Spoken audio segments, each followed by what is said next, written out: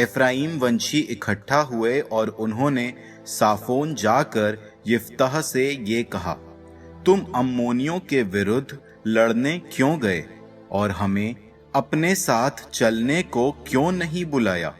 हम तुम्हारे साथ तुम्हारा घर जला डालेंगे। यिफ्तह ने उन्हें उत्तर दिया, मेरे और मेरे लोगों का अम्मोनियों से बड़ा संघर्ष चल रहा था। जब मैंने तुम्हें बुलाया था तब तुम मुझे उनके हाथों से बचाने नहीं आए।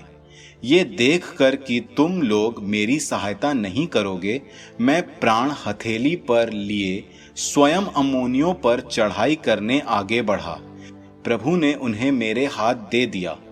अब तुम मुझसे क्यों झगड़ते हो? यिफ्तह ने गिलआद के सब लोगों को एकत्रित कर एफ्राइम वंशियों से युद्ध किया।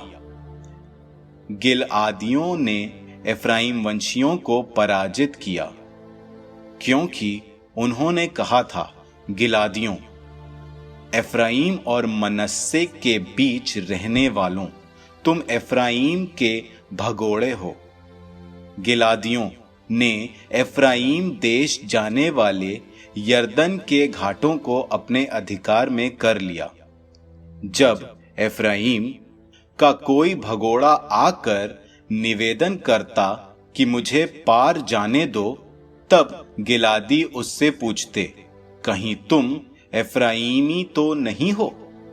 यदि वो उत्तर देता नहीं तो वे उससे कहते, तो बोलो शिब्बोलेत। तब यदि वो शुद्ध उच्चारण नहीं कर सकता और सिब्बोलेत बोलता, तो वे उसे पकड़कर वहीं यरदन के घाटों पर मार देते।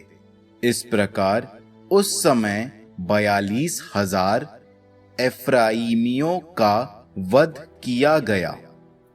यिफ्तह ने 6 वर्ष इज़राइल में न्यायकर्ता का कार्य किया। गिलादी यिफ्तह की मृत्यु हो जाने पर वो गिलआद के अपने नगर में दफनाया गया। उसके बाद बेतलेहम वासी इब्सान ने इज़राइल में न्यायकर्ता का कार्य किया। उसके 30 पुत्र और 30 पुत्रियां थीं। उसने अपनी 30 पुत्रियों का विवाह दूसरे गोत्रों में किया और अपने पुत्रों के लिए भी वो दूसरे गोत्रों की 30 बहुएं ले आया। उसने 7 वर्ष तक इज़राइल में न्यायकर्ता का कार्य किया। इब्सान की मृत्यु हो जाने पर वो बेतलेहम में दफनाया गया। उसके बाद जबुलोनी एलोन ने इज़राइल में न्यायकर्ता का कार्य किया।